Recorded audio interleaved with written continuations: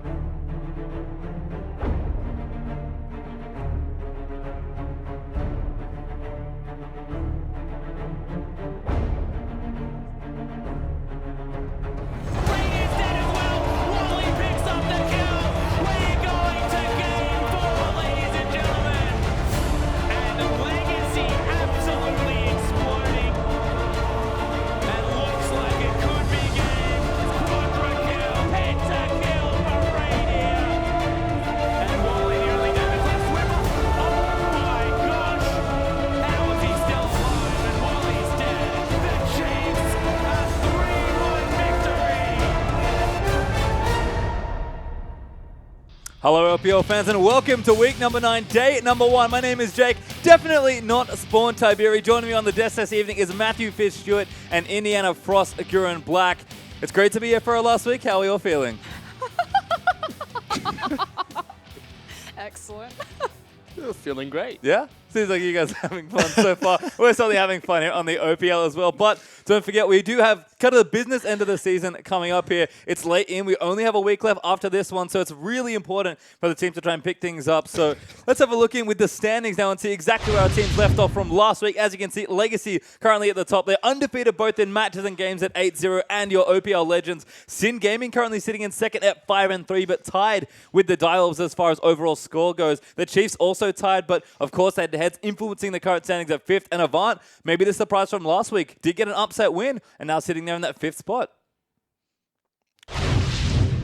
So with that, we are going to keep moving on here as we're going to take a look at the schedule for week 9 as well, because we've got a jam-packed bunch of matches there. We're going to start things off with INFERNUM versus Avant to see if Avant can creep their way forward. On Tuesday, the Dial-Ups will take on Trident, and of course on Wednesday, the Hellions will be taking on Sin. But that is not all that's left this week, of course. We have a massive OPL Legend match. The two rivals will go head-to-head again as Chiefs will take on Legacy in tomorrow's second match as well. Guys, I know you're excited for it. It's always a big match. What are your thoughts on the upcoming rivalry?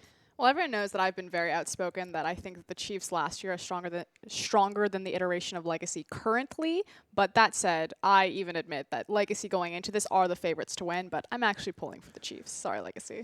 I'm really excited for the match coming up tomorrow as well. And I really think that the Chiefs are going to take it. I think that they've had a really, really bad run, and now's their time to step up and show Legacy what they're made of. Well, maybe a quick tease before we get into it as well. What players should we be looking for as far as big matchups go? There's just great players everywhere, but if you want to look at someone in specifically for this matchup, who you guys may be looking towards? I think when you talk about Legacy and their strength, you have to talk about Carbon. That guy has just been a monster. I think far and away the best jungler in the OPL currently, and it's really kind of Carbon's game to win or lose, in my opinion, tomorrow. And on the flip side, I actually think it's going to be Spooks that you have to look at. I think he's the one that has to control the tempo for the Chiefs and actually match that pressure that Carbon's going to be putting on for Legacy. Well, it's going to be a massive match and certainly a test for both those junglers, but we do have a matchup, of course, tonight. Let's start over on INFERNUM versus Avant. We'll start up over on the blue side. Take a look at the INFERNUM boys. Jack Attack in the top lane. Seb, their jungler. Mid Beast, their mid laner. Stealthix, their AD carry. And I believe Yazuki, not Wiffle, hanging out there in support if memory serves correctly. But still should be a tough one for INFERNUM, who've maybe had a bit of a rough start to the OPL as we get towards the end of it. That graphic tilts me every time I see Wiffle. I'm like, it's not Wiffle, it's Yazuki. And that guy's a massive enabler for the team. So he's very important to be talking about. Yep, have to agree. But of course, their opponents today are going to be tough there as Avant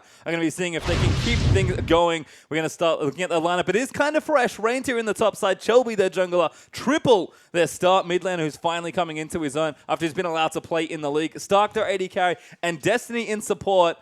Avant last week surprised everyone with their upset win versus the Dial-Ups, and you can't look at these guys and think late playoff search is possible. They sure did, and you know what the best thing about them? This is probably one of the only times that they've had a back-to-back roster that's actually consistent. So today's going to show if their roster that is now kind of locked in is going to be good enough for them to take down even more games. Well, there's definitely a lot to look at here. We are going to start in the jungle matchup, of course. Junglers in the OPL, very important for setting tempo. Always want to make sure the early game's set up correctly. And we have two very impressive junglers here. Shelby over on the Avant side. When he's playing well, it feels like their team's playing well. And Seb's been, in my opinion, the most impressive member of the team. What do we make of the jungle matchup here? No, and that's exactly kind of it in a time capsule, I guess, or microcosm form, is that Seb is the carry for his team, and he's facing possibly one of the most aggressive junglers in the OPL. I mean, I just lit up Carbon and said, you know, he's the best jungler, but Shelby's insane. This guy is nuts. He'll just walk into your jungle, just flash on top of you just to kill you. So if anyone can put a jungle matchup 1v1 down,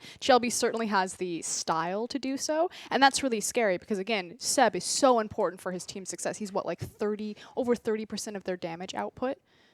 Does more than the mid lane, so that's pretty nuts. That's right, and Sabi's always stepped up for the team. He's always been that sole carry.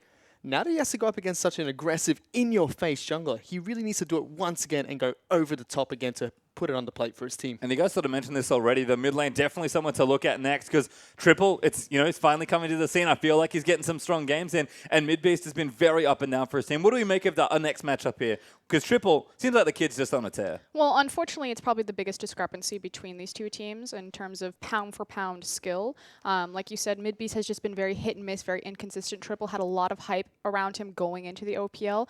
He's really starting to ramp up into that. And again, if we're talking about the junglers, you have to talk about the 2v2 matchup, mid-jungle versus mid-jungle. And unfortunately, even if Seb is able to outperform Shelby, chances are that Midbeast isn't going to be able to outperform Triple, and that's when things get very scary. Triple hasn't had a lot of time to really show what he's made of because he was underage when the split started. Now that he's of age, he's trying to show what he is made of here in the mid lane. And for me, it kind of feels like Midbeast, he has to rely on his comfort champions to even have any presence at all on Summoner's Rift, where Triple, he can play more meta champions, he can play compositions that fit his team a bit better. And he's really going to be able to take it to Midbeast. And Midbeast, unfortunately, if he's going to step back into playing comfort champions to try and match him and go toe-to-toe, it's going to be really hard for his team. And I like that tune, to be honest, because we have talked about AVWIN almost jokingly about how they've just changed lineups here and there. But I feel like it is actually the young players that are really stepping up for this team. We've talked about Destiny and how his shot calling and moving around the map, maybe going back to support feels like the best spot for him. But you look at Stark, you look at Triple, AVWIN has such a young lineup, and I feel like they're finally making use of it. And that's the question now is kind of where is that skill ceiling? Like, where does it actually end? Because, again, we've seen ramping from Triple, but we don't actually know how good this guy theoretically could be. Same thing with Stark coming out of solo queue, comes into the OPL, gets the pentakill. And so if AV are going to make, like, a deep, late playoff run, there's actually, like, they're truly a dark horse. You have no way to predict it. You absolutely no way to predict it. And the solo laners, they're so new to the team. Actually, the entire roster just feels so new, even though they've been in the OPL for a while. They've been playing together for a while, but they've just been shuffling back and forth. And like I mentioned at the start of the show, this is one of the few games where they've actually had a back-to-back roster that hasn't had a complete swap-up or a change at all.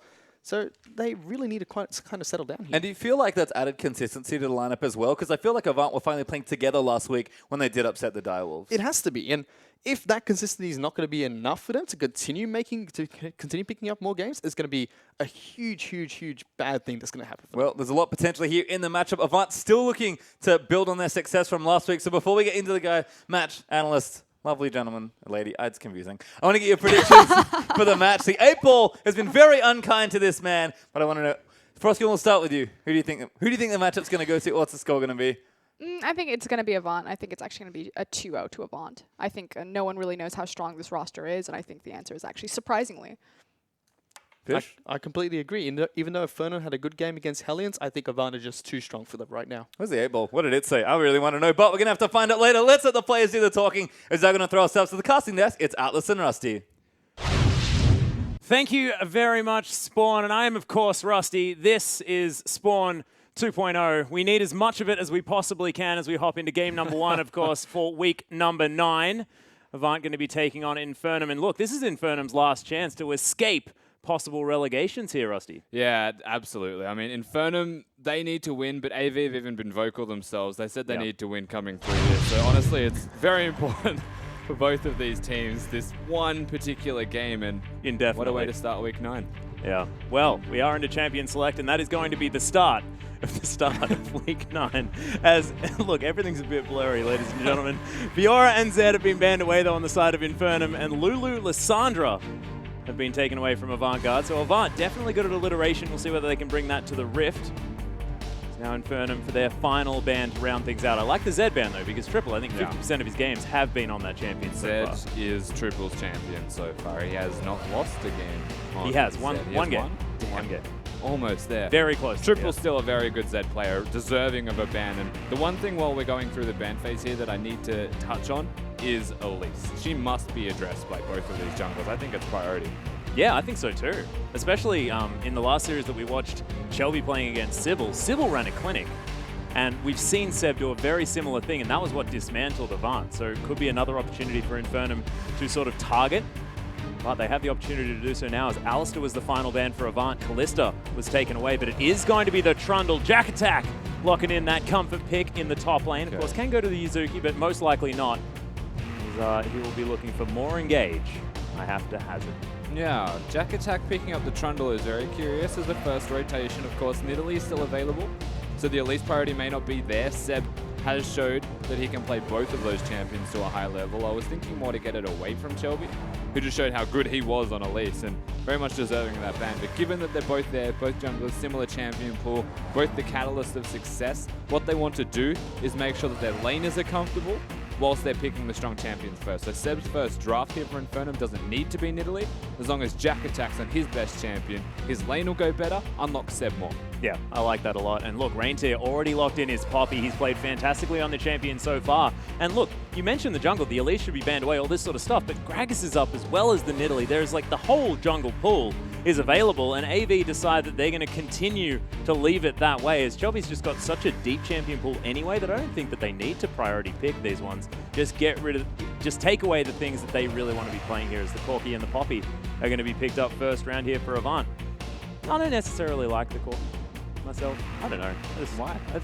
I'm not as enthusiastic towards the guy anymore. I don't know. Something about it. I still think Corki's quite strong. Well, that's good. And Triple, not having his Z available to him, you would imagine wants to be on something like a Cogwall. Yeah. One of the next go-to champions for most mid laners, honestly, in the OPL. And I guess the curious thing is, coming into this drafting phase, we're expecting a lot of jungle focus because they are the big carries for these teams. But really, even Chelby changing from Nidalee and going to Corki is a sign that they really do want strong laners so that the junglers just have more freedom to move. Well, Seb actually looking to go towards that ganking jungler in the Elise is going to be locked in here, as Stealthic's going to go back to a tried and true favorite of the Lucian. Has often played this one, and look, they've got a lot of flexibility in their draft, and we'll see exactly what they are going to bring as we hop around to them the next time.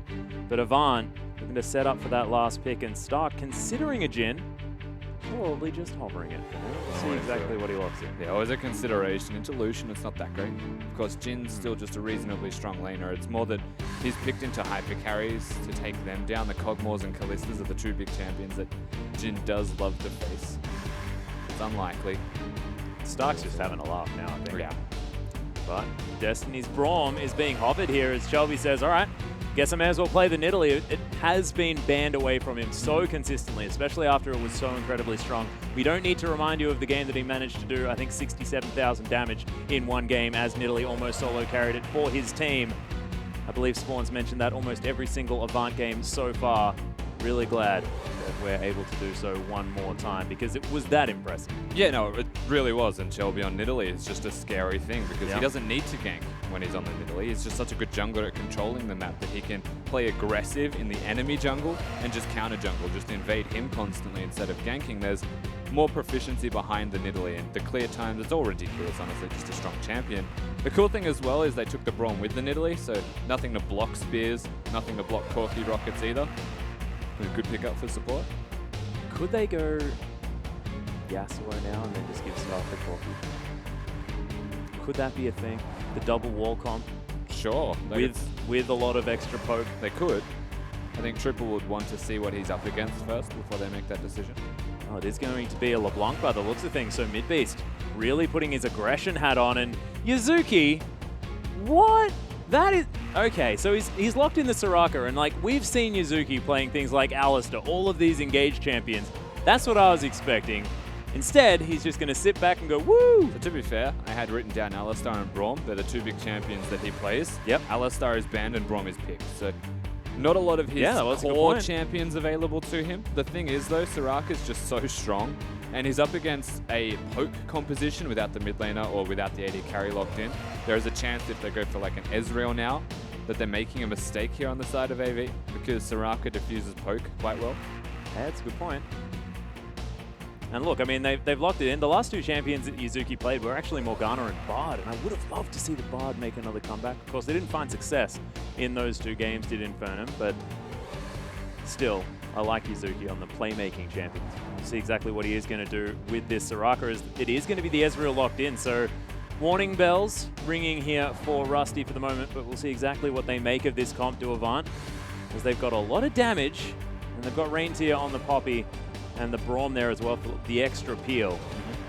So INFERNUM right now, they're running a range discrepancy between all of their champions. They'll have Soraka at the back, they'll have a LeBlanc and a Lucian in front of that Soraka, and then they'll have Seb and Jack attack in front of that. So they're stipending their team fights quite well. The thing with that is AV running poke, can only really get to the front line. So AV win this by getting a flank on Reindeer. If the Poppy can turn up to these fights well, or if Chelby can sit on a side area as well, it comes down to killing Yuzuki, right? Yeah. If they can get the Soraka down, they can kill the rest of the team effectively. If they can't, then they're a poke composition against sustain. The thing that I love, right, okay, it's going off track here just a little bit, is the fact that Yuzuki came onto this INFERNUM lineup and he's like, guys, all right, let's turn this all around. They managed to find some victories. They managed to find some success. Now he's literally on the ambulance. He's pretty much like, this is damaged stations. They understand this is their last chance. So he's like, all right, I'm going to take care of all of you, and we are going to win this game. But if you believe that they can, make sure you hop over onto Twitter. Use that hashtag INFWIN if you think INFERNUM are going to be able to pick up game number 1. Or use that hashtag AVWIN if you think that Avant can continue this success train that they are on. Of course, taking down the Direwolves was a fantastic feat for the side. Shelby's been playing incredibly well. The rest of the team meshing very well. Reindeer and Triple really showing up for the squad. And we'll see whether they're going to be able to do it again.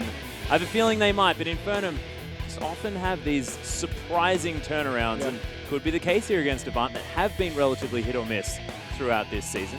AV have a strong draft. My big concern lies with INFERNUM. Yuzuki, if he's meant to be the vocal shot caller or initiator for the team, it's harder to tell someone to go in when you're a Soraka opposed to just going in yourself. And their engage on INFERNUM is rather lacking. They have essentially pick between LeBlanc and Elise. Yeah, I mean, that's pretty much it, right? There's no engage, whereas looking at AV, sort of got a package there for Corki. They've got Poppy, and they've got Destiny on Braum. Yeah, and man, these glasses are so useful for being able to see the screen more clearly if I'm close. That is why I wear them. Yeah, as Yuzuki actually going to get stunned here potentially. No, last auto attack not going to come down. It's Triple. Destiny did discover him, gave him the door, gave him the sled. Nothing more to come from it. No. AV starting this game off with an Ezreal Braum. You would imagine they want laning phase, standard 2v2, whereas very surprisingly they don't. On the flip side, of course, INFERNUM with the Soraka, generally hide the Soraka because you don't have the Kalista there as it was banned to protect her. The Stark actually gets very lazy with his positioning, walking around the map. Yeah, and just walks going to into a stand ward. on that ward. They do have a strong lane though. There's the Braum Alistair. Which, I mean, has seen a bit of success. They must be assuming a lane swap from AV. Or they are really not confident against the Soraka Lucian, which doesn't make a lot of sense. No, well, AV definitely getting a lot of the vote here, as 70% of you think that they will be able to take this game. See whether INFERNUM can prove you wrong, whether Avant are going to be able to get to that winning position. Try and challenge for that top 4, because there is still an opportunity for them, although not entirely in their hands, to actually crush that playoff spot. And they're so far behind Jack Attack and Seb. Even with knowledge that the lane swap's going on, it doesn't matter because they're an Elise and a Trundle up against a Nidalee who's got a Poppy to tank for him. Poppy's not going to take damage because of the passive, has that shield there on the buckler. Yep. Chelby's clears are very efficient and quick, so you would imagine once he smites this and gets a bit of health back. Continue on his rampage to the Scuttle Crab. Oh my goodness, they're 2 camps ahead. You're Exactly. That's silly. This is going to give Reindeer the opportunity to get towards this lane swap, really start shoving this wave through. The next wave is coming up.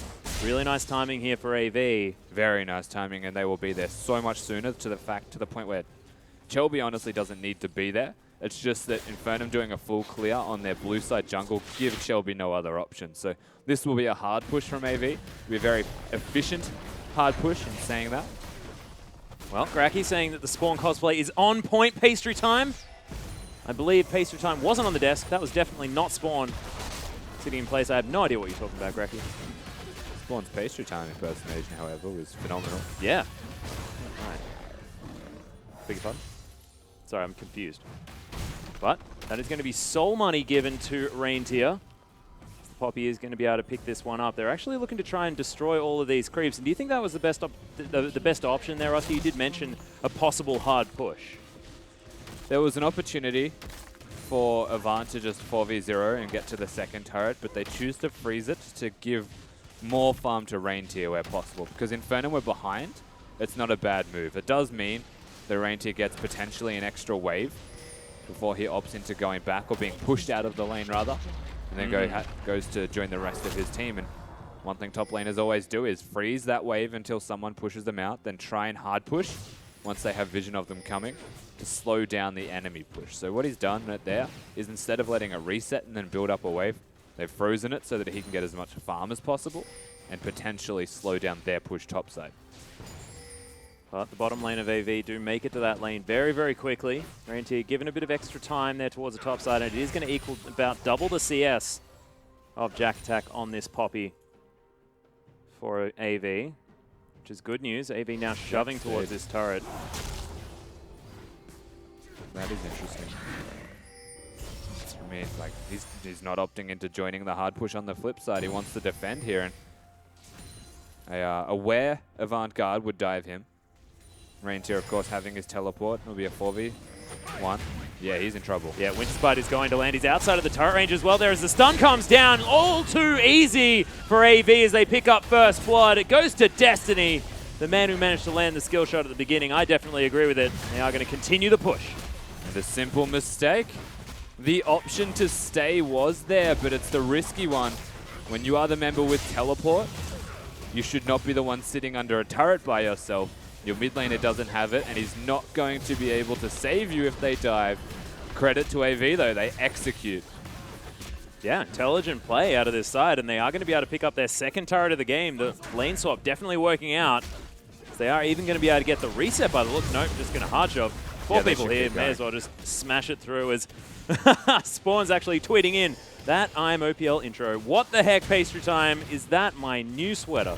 All right, Benji will pay for this. By the way, top intro. So getting the kudos, but unfortunately the wardrobe invasion did not go unnoticed. Don't sweat it. Excellent work, Spawn. Who even is? I don't even know who's even here anymore. Look how far behind INFERNUM are in this top lane push. That is like essentially a 1v1 bottom lane where Ezreal is getting free farm now and free solo experience. Ezreal's going to be quite far ahead in experience as well. Jack, he's going to take a lot of damage, but since it's only Stark, he will be fine now. But INFERNUM probably a minute later break the turret, which means AV get an extra objective in that dragon. AV may now rotate towards the Rift Herald on top side and try and hard push it up there as well. The question is, when do they break mid? Well, this is the thing as well, and normally the trade is Dragon for Rift Herald, right? And often the Rift Herald can be a lot more useful in this early game because it allows you to shove out in these lane swap situations. You're often just playing PvE. Buffing up those minions is really important, but just doesn't get a look in here from INFERNUM because they're so much further behind. Triple going to continue shoving this one through. Runic Echo's almost done there for Chelby. There's only one CS in the lead. Seb farming out nicely here on the Elise. Yeah, Seb farming well. Does not compare, though, to Chelby at this point in time, even though their farm is the same. It's the control on the map that they have. I mean, INFERNUM's wards are deep. One might say too deep, depending on what they're trying to achieve. I like that Stealthix did go ahead and pick up the Cull, though. Already got about 30 stacks off it. Same time, grabbed that very early. And a lane swap just does give you a lot more room to move. He picks up the Cannon Creep there as well, the Ardent Blaze. Kudos to that one, as mid base just doing his best to clear out this wave. Triple's been doing fantastically well, just smashing down these creeps, but hasn't been overly aggressive. Mid base has navigated this early game quite effectively. As LeBlanc does, naturally. Triple, of course, wanting to time his recall with the 8-minute package. Doesn't want to go back any sooner. It's not worth it, but picks up a massive first buy for him, honestly, on this Corki. Yeah. That was like a $2,400 buy. He gets a pink ward even more. That is efficiency. And to not lose lane in the period between going back as well. Did well. Yeah, really nicely done. Navigating the time very well. Now has the package. He's getting pinged out. And there is a Seb towards the top side of that jungle as the ward is going to spot him out. Mid-beast going aggressive as Triple says, I don't even care. Package going to be delivered back to his base. Takes about half of his health bar, but that's a 1v2. Man. Triple showing absolute confidence. The problem is, look who's mid and look who has heals. The answer is not Corki. It is definitely this Soraka Yuzuki making an early rotation with the rest of his team. This is actually quite a good setup. knowing there's no package available. AV's wave clear is good with the Corki, but you can exploit him. Ooh, Destiny actually trying to get some vision down, but he's going to get caught out. He's going very, very low. Has to use the flash. The culling comes down mid-beast. Not going to find the kill just yet, as Seb is going to be the one that picks it up. Nice knock up there from Reindeer, but now it's what looks like a 2v4. True Shot Barrage does some extra damage back, but it's a nice kill earned there for INFERNUM. Yeah, INFERNUM make an aggressive decision and pick off Destiny, who was way too deep trying to get wards down. They take one member of AV off the board, and the team fight from that point onwards is lacking, as Seb's not done, nor is Midbeast sitting on that pink ward. Yeah, you mentioned the pick potential of just these two champions already sticking together, trying to get the work done. See Midbeast.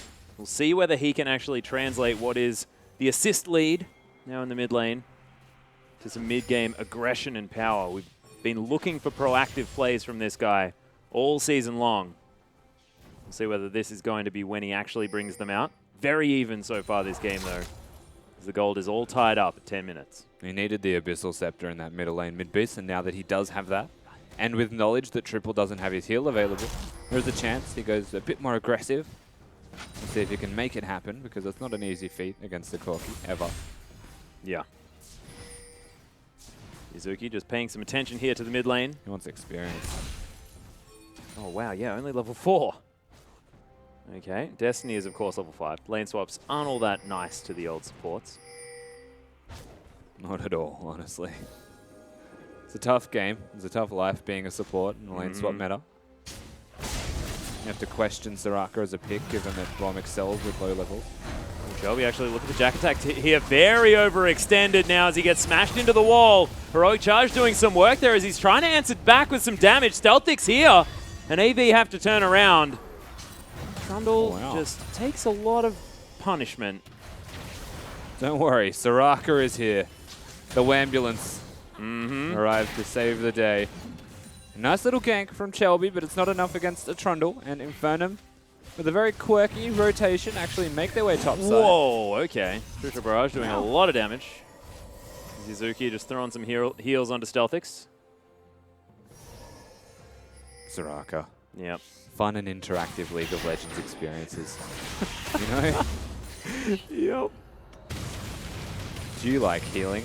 Oh, there's the Heroic Charge at the wall. Stealthix might be in trouble. Oh, Spear! Almost just flat out kills him. It is going to be enough when Shelby puts his face in it. Kitty is going to get in there and get the work done. So AV pick up their second kill. Stealthix unnecessarily walks next to the wall to hit the turret. Doesn't check the bush. I will say gets cheesed a bit, but pays for it with his life. Pretty well done. Yeah, nicely played. Triple. Not going to find the rocket onto mid-beast. It's just going to clear out this minion wave. Casual.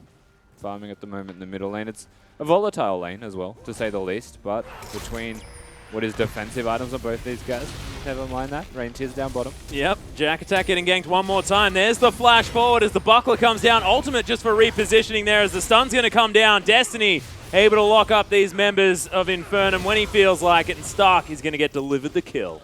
Yeah, Stark picks that one up, and Reindeer is honestly being the proactive member of this team. You can tell Destiny is the one in charge of creative license, though, telling him to teleport down here, but honestly, this top laner has come into the OPL Reindeer, and he has gone above and beyond expectations.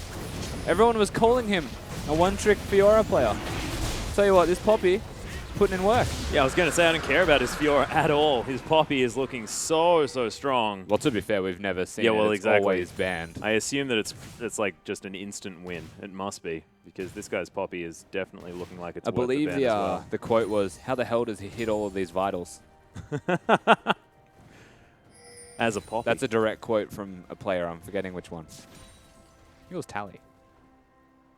Well, we'll see if he ever does. Of course, there is going to be one more week after this. Regular season OPL. See what Reindeer does. He's able to play. Of course, it's a best-of-3 series. They may not ban it in game number 2. As INFERNUM are going for the Rift Herald. Mid-beast just flanking around, seeing whether he can keep control. As Shelby face checks here, the chain is going to land. Shelby just going to get deleted. See you later. Midbeast able to solo that kill out. They get the Rift Herald. Destiny actually with the ultimate as AV are rotating around. Seb's going to get stunned. Oh my goodness, the last auto attack. Not quite enough as Reindeer is able to grab the kill. Chains do land, as does the Winter's Bite.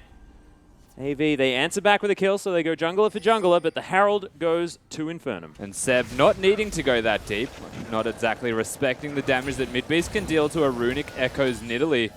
Chelby gets deleted off the map, but Seb is the casualty of war from Infernum's side, as now AV with the advantage of pushing mid. Yeah, looking for it here as Midbeast just going to distort in. Able to get back to his distortion there as well, even through the W, as it is a blink.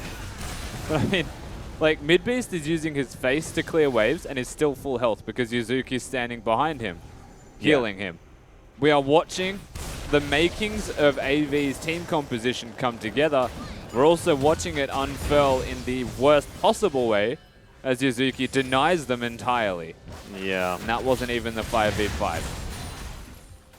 That's just gross. They do get some actual damage, though, onto this outer turret in the mid lane. So AV now with the kill lead. Slight gold advantage there as well, to the tune of about 1,000.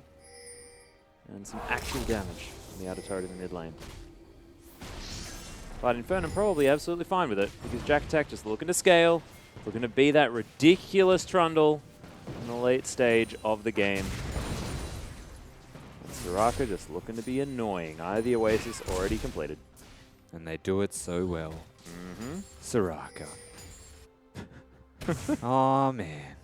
It's like an advertisement for like one of those sort of creepy Truman Show type places to live. You know? Do you like heels? Caram Downs. Do you like not enjoying League of Legends? Do I have the champion for you? Do you like winning without having fun? No, I'm sure Soraka is a whole lot of fun. I've not actually played her myself. Speaking of, like, having fun, competitive Soraka would actually be very interactive and different as a player because, like, honestly, you have to be so careful the coordination that you're against as your well. positioning. It's like you're the AD carry, really. And it's easy to say from a solo queue perspective. Like, you just kill the Soraka, you win the game, right? But it's a whole new ball game. A competitive team trying to kill the Soraka could be easier to do, but a competitive opposition with the Soraka could make it that little bit harder. So there's extra dynamics to consider. I do think it would be interesting to play. Yeah. Also understanding that, you know, the Soraka will have that gigantic target. What do we then utilize from the rest of it, saying like, okay, now Midbeast can slightly overextend. Now we've got Stealthix who can play slightly more aggressive because like, he's not going to, they're not going to be the ones. It's like having Evelyn in the game, right? Yeah. Like everything changes. Oh my goodness. Spears still hurt. Shelby is able to lock that one down onto Seb. He's got those mid mechanics. Oh yeah. And strength for the ages. Yeah, I like a bit of extra health. Oof. Needlessly large rod picked up from Seb though.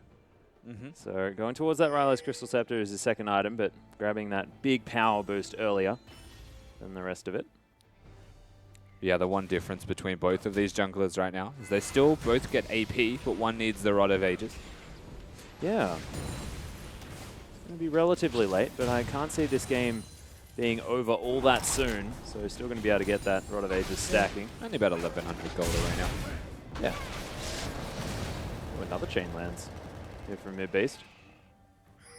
So that ward, I think, goes down. Seb going to be able to lock down the ward before taking the Raptor. Yeah. Oh, spear. Thank you very much, says Shelby. Just clearing out vision left, Does right, still and get center. the smite in the ward though. Yeah, Good job, Seb. the main thing. And this, like, trinity of pink wards that AV have had around the dragon for such a long time just goes to show what they were attempting to do. One of them has been cleared. We will see the second and third potentially cleared at the same time. So a lot of gold actually goes down the drain for Avant-Garde, but it does still show off their strategy. Yeah, oh, Shelby forced to use the flash. The chain could have potentially locked him down there. They get all of those pink wards like you were talking about, and the spears don't quite connect. Of course, Suzuki probably doesn't even mind. He's just got all the heals. We'll just keep everyone safe. The vision battle. Yeah, this is what this is right now at 18.5 minutes into this game. The dance around the dragon. 20 seconds until that one actually respawns. Reindeer looking for the split push. That is an aggressive split push as well. With absolute knowledge of where INFERNUM are, he can afford to be there. Jack's grouped. INFERNUM are looking to siege. Yeah, Triple Barrage comes down. They're looking to clear out the minion waves easily as possible. Do so as Triple. He's got the package. AV with a lot of tools to start something off here as INFERNUM were positioned aggressively, and now grabbing the positional advantage. Moving back towards this dragon as Reintier is going to grab the attention of INFERNUM.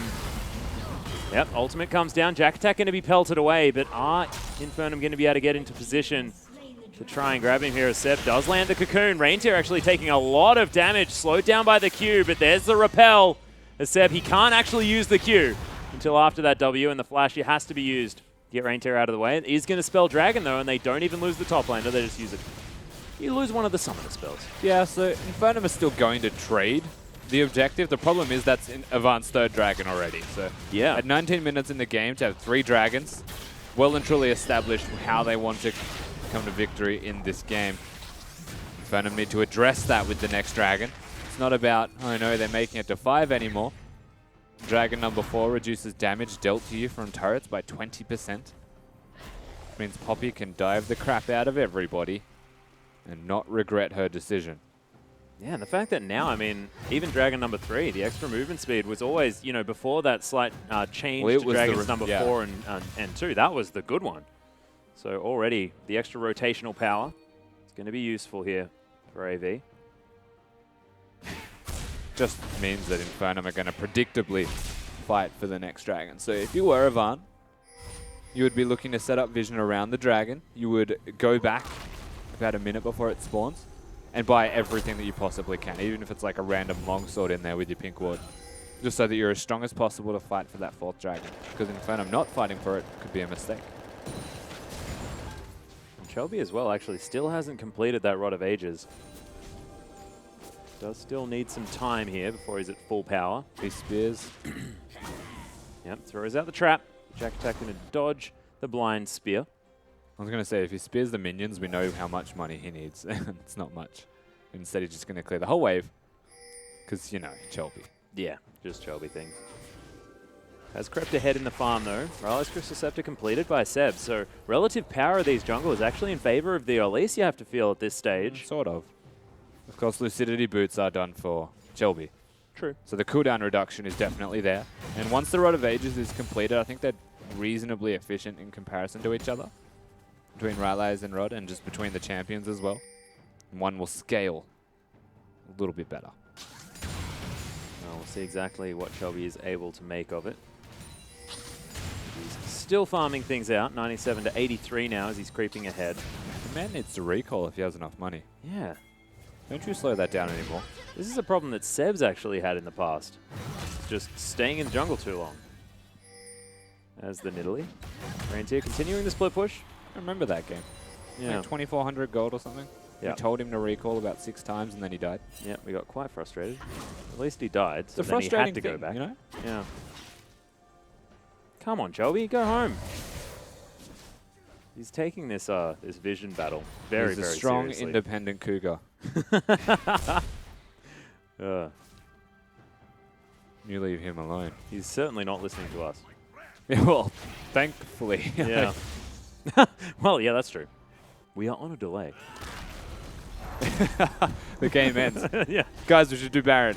What do you mean? Rusty told me to. Which Rusty? Oh, one of them. Oh, Jesus. Well, BF Sword now done here for triple. Not deciding to finish off that more of Malmortius. Going straight into some extra damage. And sort of the core components here for Stark have been done. The Hex Drinker opting into that instead of the QSS, something like that, means that he thinks that he'll be able to avoid getting cocooned. Well, it's just a laning. Like, the Hex Drinker is to not die to LeBlanc in lane. Same with Stark. Like, mid-game, Hex Drinker is to make sure you don't die. More of Malmortius is a very efficient item. And I would imagine Mercurials is bought later on anyway, in the builds. Well, Jack Attack is going to get discovered on the flank here. 4 members of AV chasing him down. Only loses half of his health, and of course Yuzuki just doesn't care. In goes Reintier though. Able to lock down Mid-Beast for the moment. Does have the W running, but he's getting very, very low. Mid-Beast picks up the kill. The ultimate comes out from Yuzuki. He's keeping everyone alive as Destiny almost falls down. It's 1 pick for INFERNUM. And these flashing red lines are going to quickly dissipate now as the Soraka's going to get to work. That's exactly what you said. It's the Wambulance. It's just here, keeping everyone okay. Isn't Soraka a funny thing, Atlas? Very easy to keep people at full health. Of course, Jack Attack, he got super low on more than one occasion in that. And just managed to stay at the same amount of health whilst taking damage. Because, you know, heals managed to keep him alive. So INFERNUM, they push back on AV being the ones to engage. And now they're looking threatening to siege instead. Yeah, moving forward. Pillar goes down. Jack Attack just trying to keep them at bay. Without a turret. In trouble for now as that minion's lasted so long thanks to Yuzuki as Stark looking for Seb. Has to blow the flash in order to get away. The door gets blown out, but Reinteer is locked down mid-base. Phosphorus One comes in, and Reinteer is able to grab it with the second proc of the Q. We'll ignore that Valkyrie there, triple. Definitely not looking at that one as INFERNUM are just trying to kite away. They lose their mid laner. They don't quite get the turret. Hard to ignore the Valkyrie, but of course AV get that pick onto mid-beast, and Yuzuki was the one that got low to start it all off. Exactly what AV needed from that move. They go straight to the Baron. No hesitation. INFERNUM, they know though.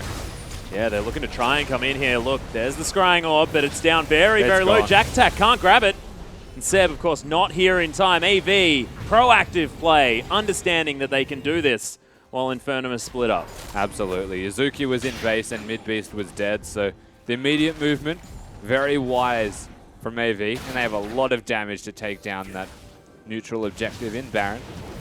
INFERNUM might be able to grab what would have been AV's fourth dragon, though. Yeah, unless package. Yeah, Triple does have the package. As Stealthic's getting taken down so incredibly low. The ultimate comes out from Yuzuki as Stealthic's in the back of the pit. As Seb is going to be able to lock down their first dragon, but he is right there. Things could be a problem. Yuzuki just trying to keep him alive as Jack Attack's going to fall down. The Spider's going to fall as well as Triple grabs a double. That was confusing. That was really, yeah, it was confusing, but for so many different reasons. Jack Attack walked on top of Corki's packaged Valkyrie and just died. Like, he just wanted to die, apparently, and goes down. Triple picks up 2 kills there. AV, they challenge the dragon. They don't get it, but they do get more than just the dragon for this. They have the Baron buff, and they're threatening bottom now. Yeah, jungler and top laner are both dead, and this is going to melt at the hands of AV. Look at that. Did not take very much time at all as the chains do find their mark. Mimic is going to come down as well. Inhibitor is all that AV want, though. It's the Primal Surge from Chelby doing a heck of a lot of work, acting like his own mini Soraka. And AV, you can tell how seriously they're taking this game and how much it means to this team. Commanding lead at 26 minutes in the game. Only 6k gold reflected in the difference, but so much more gained with that bottom inhibitor in control around the map. And I love this as well. AV just understanding how to play against this comp. You just don't let them set up. You make sure you move around, force them to be in the right position at all times. As soon as they're not, you take everything. Well, they're also just catching INFERNUM at a mismatch. We saw really good moments from INFERNUM when they had large clusters of people together, and Yuzuki was able to stand in the back and protect them. But then they get greedy, and they actually go to siege mid. From that siege, AV make 1 pick, take Baron, and then not even 5 members of INFERNUM responded by going to the Dragon. So immediately they make another pick and get an inhibitor. INFERNUM are honestly the ones making the small hiccups that AV are going above and beyond capitalizing with. Yeah, and it's assuming play as well. I mean, out of INFERNUM, they assume that AV are going to back after the Baron. You know, they managed to pick that one up as mid-base actually trying to get out here. Can actually distort over the top of the W. But tower is going to fall down here. Inner in the mid lane as AV continue to push forward. It's a 1-3-1 by the looks of things at the moment, but Nidalee going to be moving in to the mid lane to help out with this push. Yeah. Look at the pressure. Yeah, just so much damage, and Reinteer is going to be able to grab the inhibitor turret towards the top side of the map. Nice use of the door there by Destiny to make sure that that culling didn't do too much, as Stealthic's going to clean up what remains of the top side of the base. Spears just flying through. Despite the Soraka, this poke is still a problem out of AV. Well, the poke is hitting Soraka. Reinteer's just winning. Yeah. Basically by himself now. That's the subjugate down here as well as AV. Now with a lot of extra tools that they don't need to worry about on the side of INFERNUM. Now taking down the inhibitor in the mid lane as well, and AV just said, all right, That's well, 3. if we're not quite able to team fight out in the open, we'll grab the picks and then we'll transition it into everything that you own and hold dear, INFERNUM. And that is all 3 inhibitors. Exactly right, Rusty. Is Chelby just going to be having a little bit of a dance as his kitty self around the base.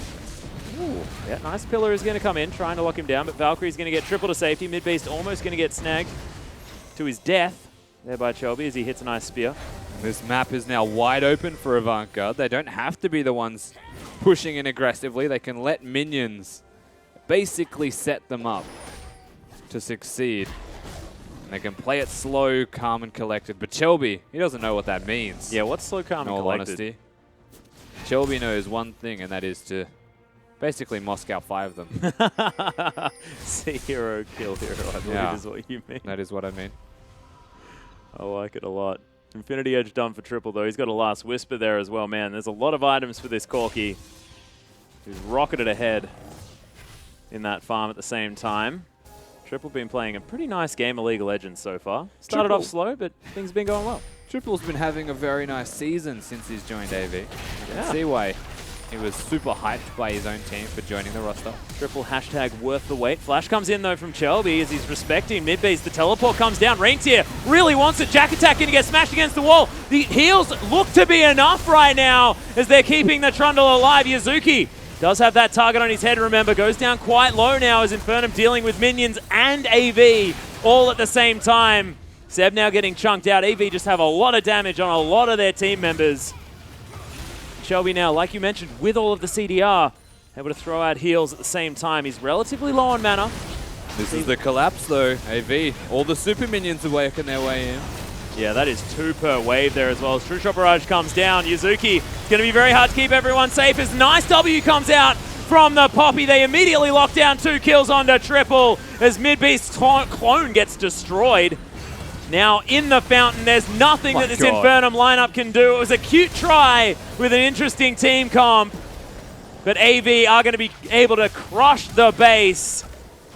The Nexus is going to fall, and Avantgarde continuing what is an incredible sort of back end of this season so far. Yeah, honestly, AV, they just came into this and they meant business and they just took it to INFERNUM. And Yeah. it was honestly, it hit a point where INFERNUM were looking good. Their team composition had some merit to it, but they hit the Soraka once. INFERNUM overstayed once.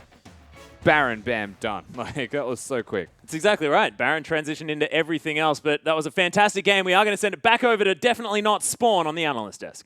Thank you very much. Always wonderful to hear from our 2 Rusties, but what a nice strong game there for Avant, continuing the trend they seemed to have set last week.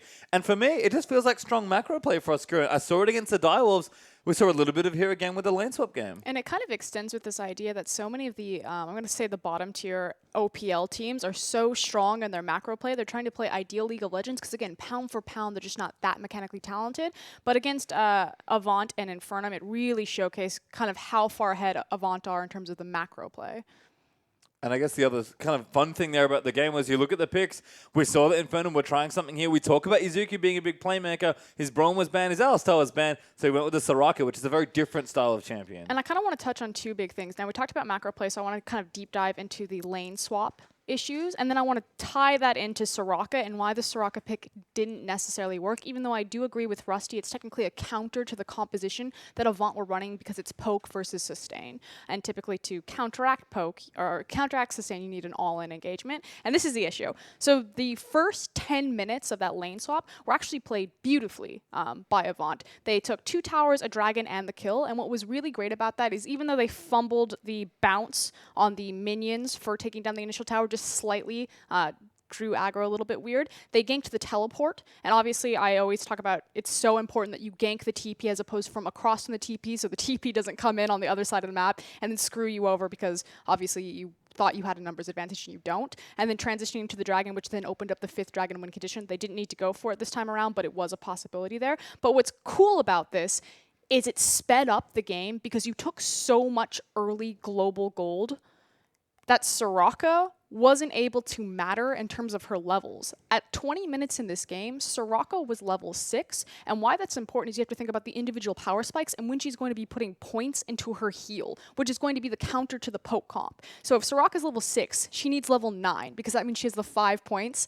and she didn't get level 9 until 30 minutes in that game. It was actually like 28, but this game ended at 31. So that's a huge deal, and that's why those spears and those rockets and Avant's comp were doing so well against this. I completely agree. And we also talked about how Destiny and Yuzuki, these are the two enabling supports for their team. They are the playmakers. They're the ones that want to get up into your face and make those shot calls that we see a lot from them. And you saw that Destiny was on Braum. He was able to do just that. Whereas Yuzuki is on Soraka, he just goes, woo, runs away, and that's all he did for the whole game. Well, that's all he needed to do there. Another nice, strong game from Avant. Sees them potentially turning for the playoffs. Unfortunately for INFERNUM, if they lose here, they are going to be relegated. So it's a must-win situation for both games. Don't go too far. We're up for game number 2 just after this.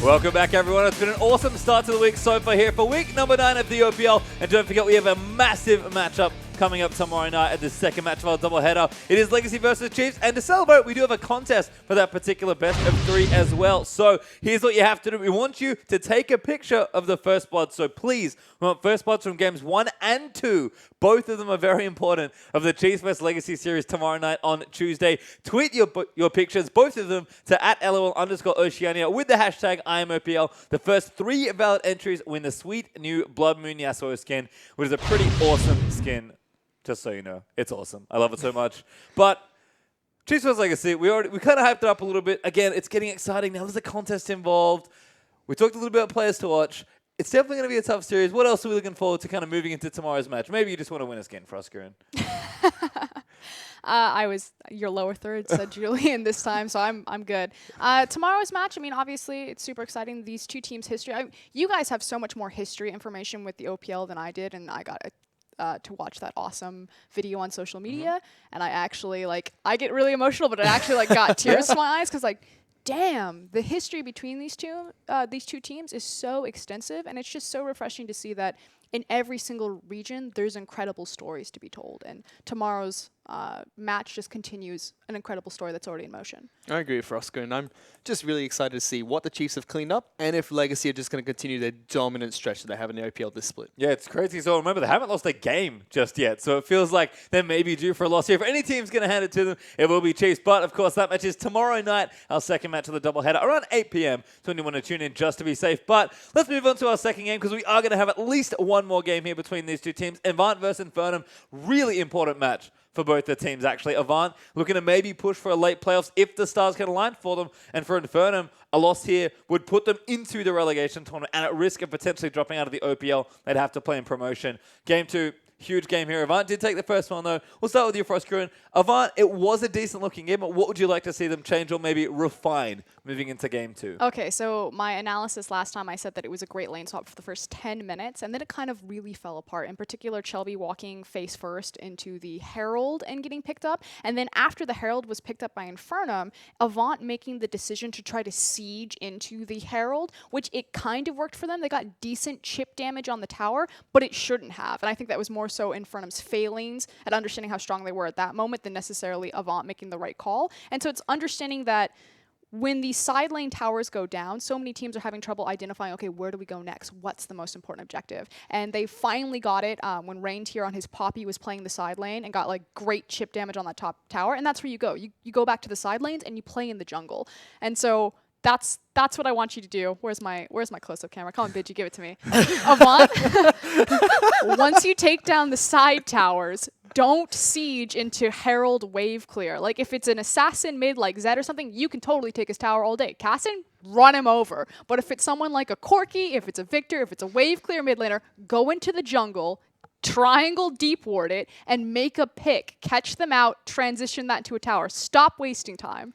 There you go. I suggest you listen to this lady. What about you on the INFERNUM side there, Fish? What do you think they need to change if they can lift themselves out of the bottom ladder spots and maybe find their way into that safety slot in 6th? Well, we talked a lot about how it's a matchup with the junglers, especially here, especially since they have Seb on their lineup. What I really want to see INFERNUM do is force the standard lane, get deep vision at level 1, force the standard lanes, pick winning lanes especially, and enable Seb to do his job and hard carry for the team. Make sure he can gank the lanes, get them ahead early, and use that goal lead to snowball into the late game. My concern here is going into standard lanes. You are correct that it does open a 1v1 between the junglers or 2v2 in jungle mid.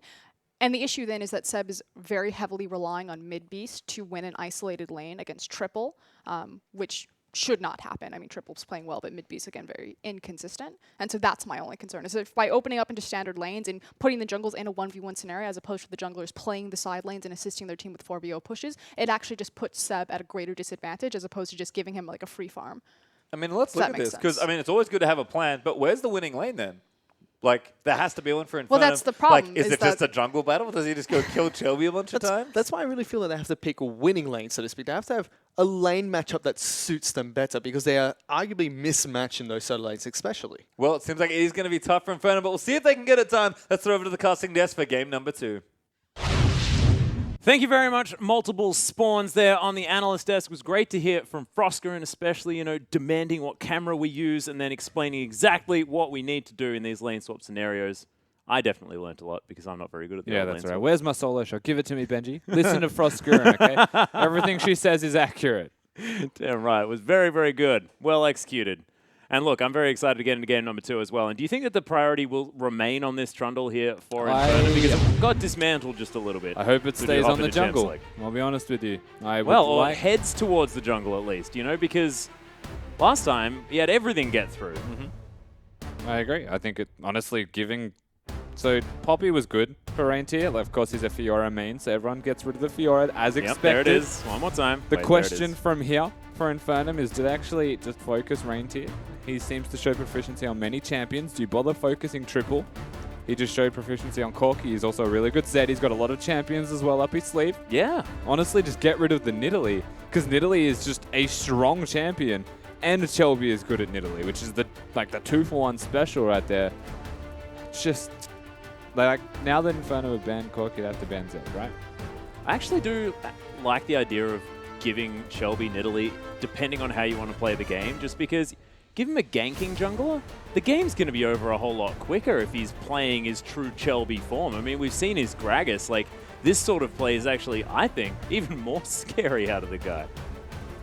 I don't know. It depends what kind of mind games you want to play. But Nidalee, man, she clears too quickly. She can still gank effectively. She does everything. She can invade Seb, who's meant to be the carry from INFERNUM That's as true. well. So you're Keeping Seb unlocking down. Shelby to keep Seb down. There's 3 options that Shelby can take on Nidalee, whereas you give him Elise, he's going to gank.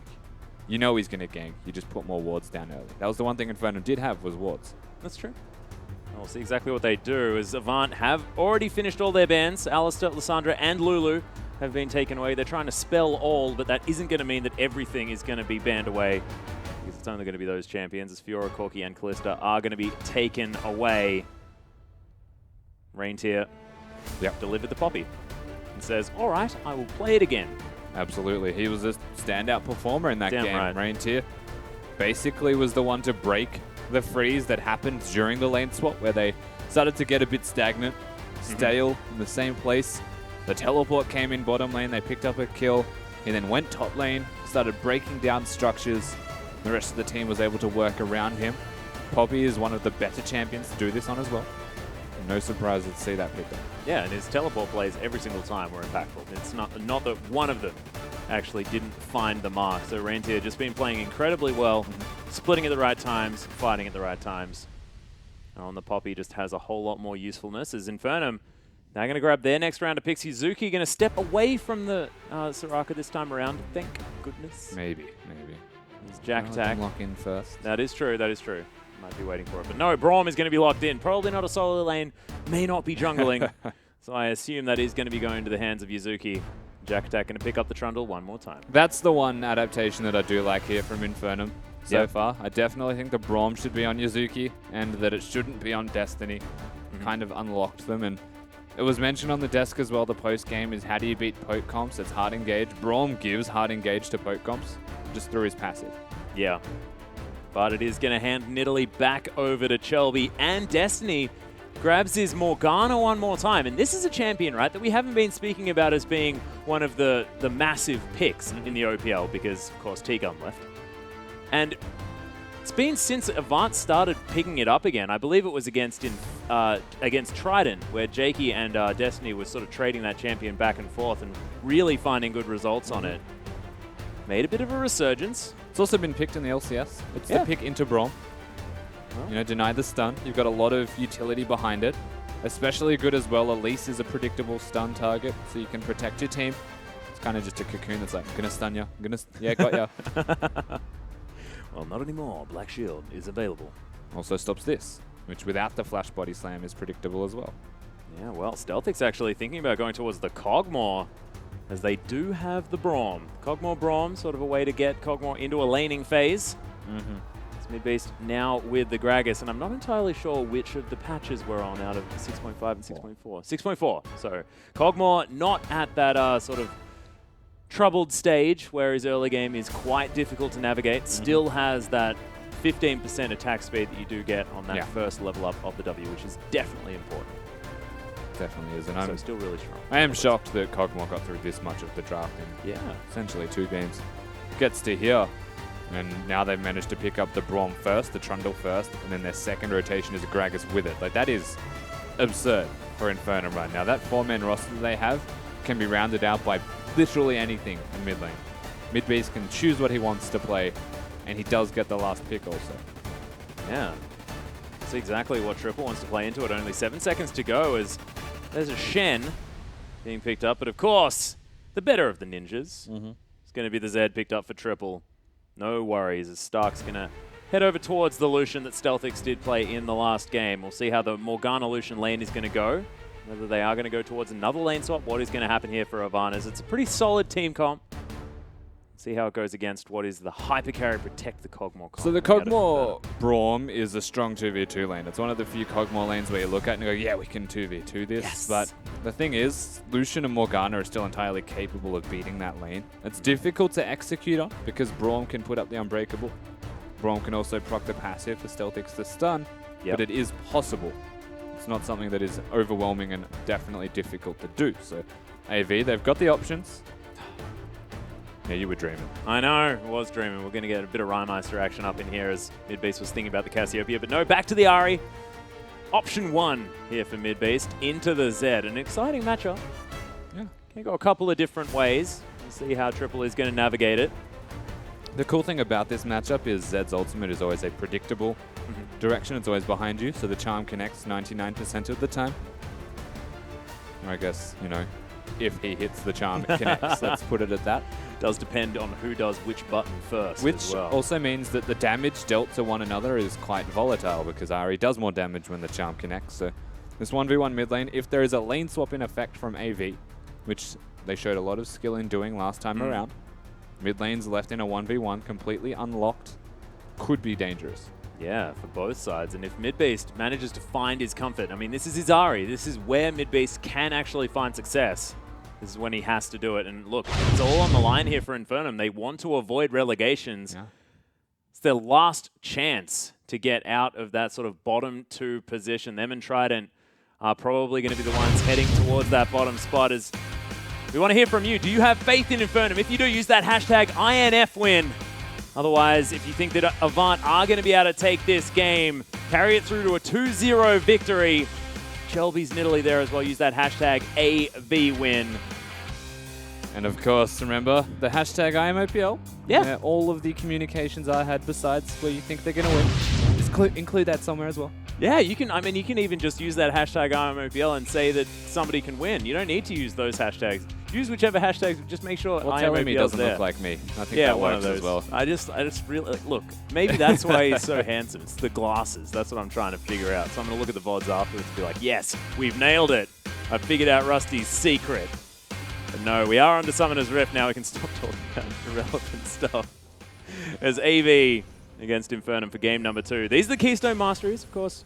It's looking like nothing too out of the ordinary. Both junglers taking that strength of the ages. Fervor of battle coming in for both of the AD carries. Oh, look at that. Light Slinger comes down.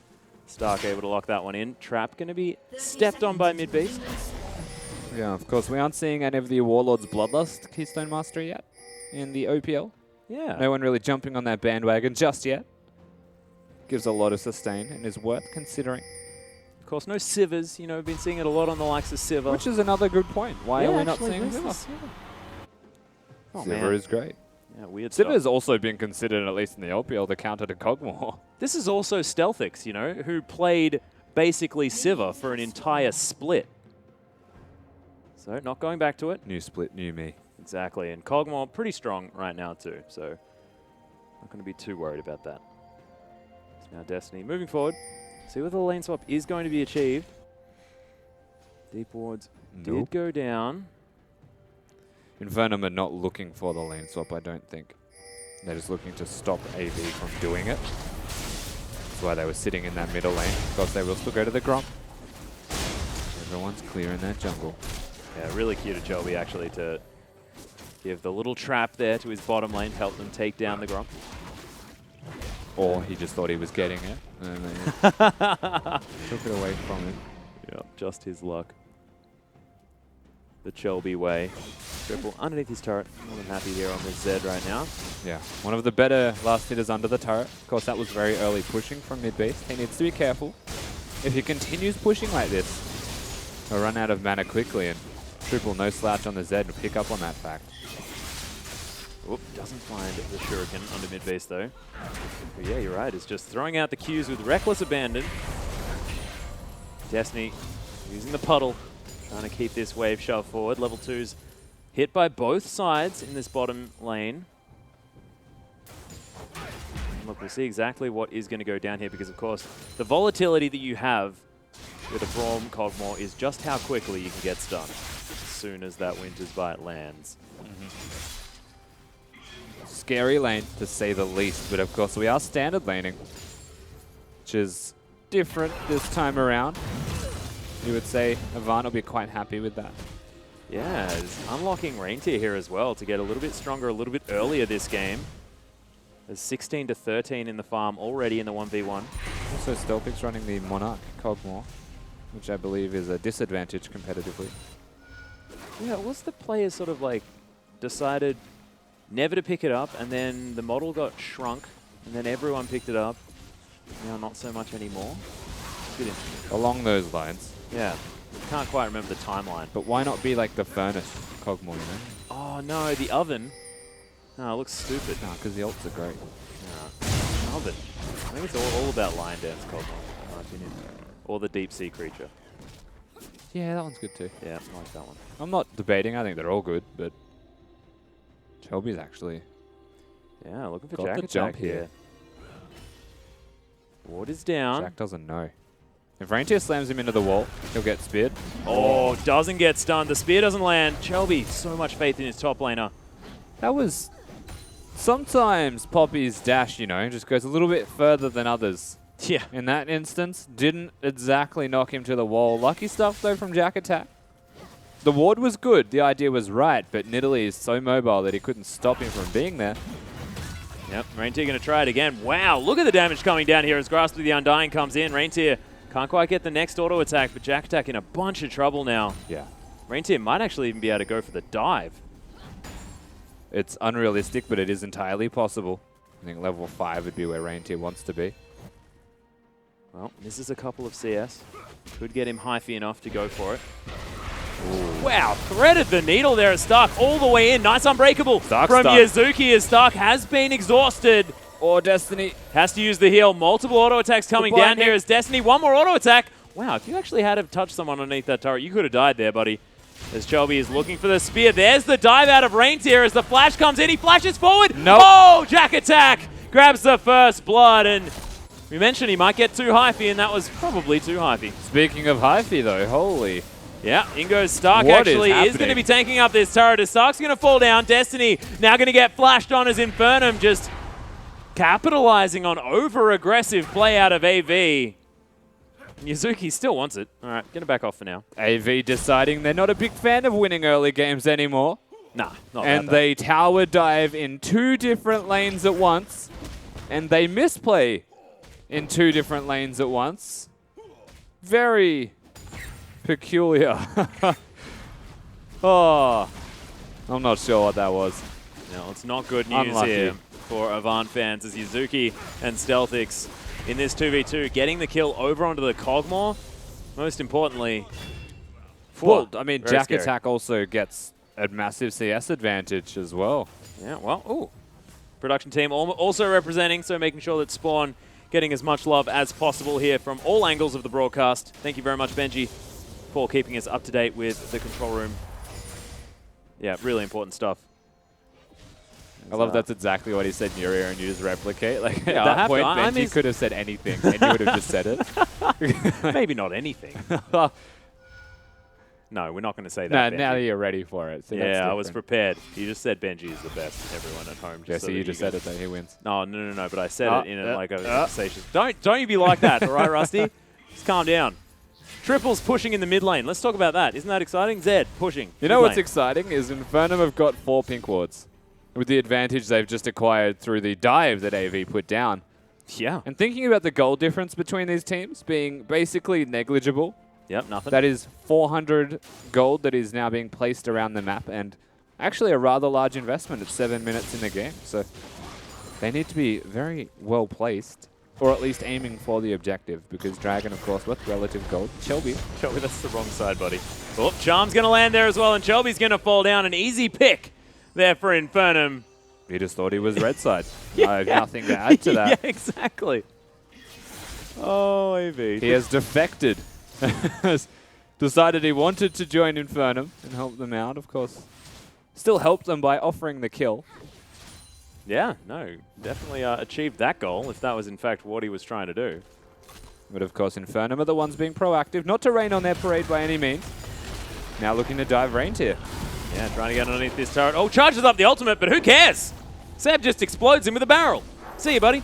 That's how you do a dive in the top lane. Yeah, that was executed quite well by Seb. Jack Attack setting it all up and winning lane now. And Reindeer, the star performer of game 1. Not where he wants to be in game 2. Shelby's not even able to help him either, as he's also struggling. All eyes are on Triple. Oh, yeah. Triple definitely farming very well. 22 CS in the lead now. But Midbeast with that extra kill onto Chelby. It's going to be important for the man. See whether he's going to be able to equalize that one out as he makes his way back towards the lane. Does get in here. Honestly, at this stage, I'm looking for Triple to try and solo kill Midbeast. He has no summoners or ultimate for a little bit. He has Flash. But it's a Z after all. Or he could just come find Seb, who doesn't have his ult either. He Chelby. is deep. Yeah, Chelby looking for it here onto Seb. He's actually relatively low, level 6 to the good. level 7 though, as in comes Reindeer. Triple's down as well. Triple actually grabs that kill. That could be a really big deal for this Z as he moves back to lane. Now with a level advantage. Of course, some assists there on the side of AV's jungler and top laner at the same time. So nicely played by AV. Gold lead still very, very close. And Seb just outright pulling a Shelby, weirdly enough. Yeah. He was deep. He had no reason to be that deep, but of course, Avante collapsed well. And we're talking about Triple needing a carry. You're exactly right. He gets the money. Even Reindeer was there to help out, though, so he gets an assist also. Avant, they're on the board. They certainly are. Of course, this Zed was banned out in game number 1. Triple's #1 play champion so far in the OPL.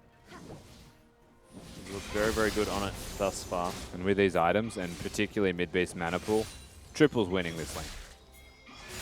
Oh, yeah. There's no doubt that mid-beast is going to be struggling unless he gets blue buff, which AV rightly challenges.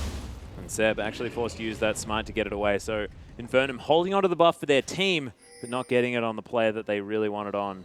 We were talking about. And that's the issue. Oh, Dark Binding Wow, lands. nice. The spear's there as well as Chelby looking to try and make his way in. Door gonna not connect. The Black Shield was there anyway. But this is what AV's comp is very capable of. Multiple members able to grab these picks, and then the follow-up is devastating. See you later, Jack Attack. It's not actually true. He's still there, guys. And Look of at him course, up in the top line. so the thing that's very important, and oh, never mind. This is going to let these two hit each other. Yeah, he's Subjugate's down. Ultimate's traded there as Jack Attack just going to have a look what the view's like down that chasm. The Have winner you is noticed Jack. the big sort of hole in the middle of that wall there? I don't say often traverse that wall. Really? Yeah. I do. I often need to flash over there because I'm overextended in the top But lane. you can't even flash that anymore. Yeah, you can. It changed to flash. Oh well. Yeah, or maybe I just Either way, flash the into point wall. that I was going to make around this middle lane is that Triple on the Z has the advantage solely because he's an energy-based champion. And so mid-beast, being low on that mana pool, of course, has a bit now with the double Dorans to help him out. But the reason he even has mana is because he's not using spells. Plain and simple, he's now just an auto-attack bot using spells sparingly to try and keep some wits about him if Triple were to be aggressive, whereas Triple can just casually use all of his buttons. That energy cost his Rangers in trouble. Yeah, Oh, the wow. W comes down. Very nice use there as he knocks Jack Attack into Oh wall, my flashes God. out of the way. Jack has to flash as well, as it's a fantastic play so far here for Reindeer, but the jungler very far away for AV, and there's the body slam just in range, and Seb picks up the kill. Getting the summoner spell back, though, as Jack Attack heads back to base. Reindeer deserving of more after that. That was executed so well by him. Honestly disappointed he didn't pick up a trade. And that's what this top laner for AV is capable of. Even at 0-3 at the moment. He's only behind by 5 CS as well, so the Poppy still most definitely going to be relevant. Picks up some Mercury's treads. It's a bit of defensive flavor here. He had that very early Sheen pickup. Yeah. Will still be a pretty tanky Poppy though, obviously going towards that Iceborne Gauntlet. As there is the tweet from Zosef, requesting the ability to purchase my very own pair of Spawn glasses from the Riot store. Hashtag IMOPL. They're just reading glasses. Go down to a pharmacy. You'll be able to grab some. Okay, Spawn's glasses aren't reading glasses. No, these are the Spawn glasses though. These, like, of course, you know, if you're going to The get patented novelty Spawn versions. glasses. Yeah, the patented ones are different. You know, they're actual glasses. You know, Kinda like the rusty Some of glasses. us have vision impairments, you know? It's, Well, I do. I'm wearing glasses right now. Very impaired in my vision. Look, these are like 2 times or something.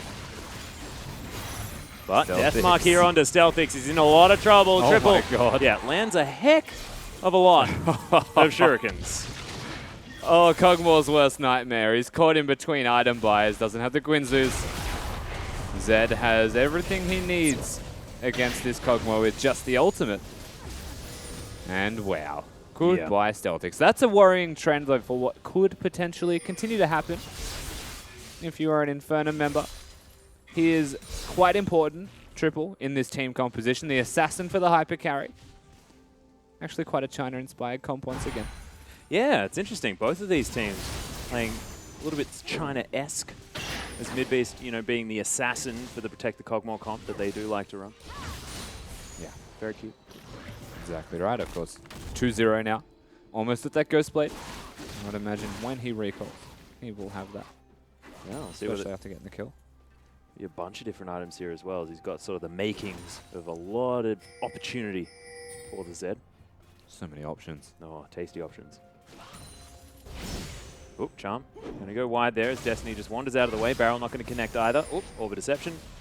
Deceptively not gonna find the mark.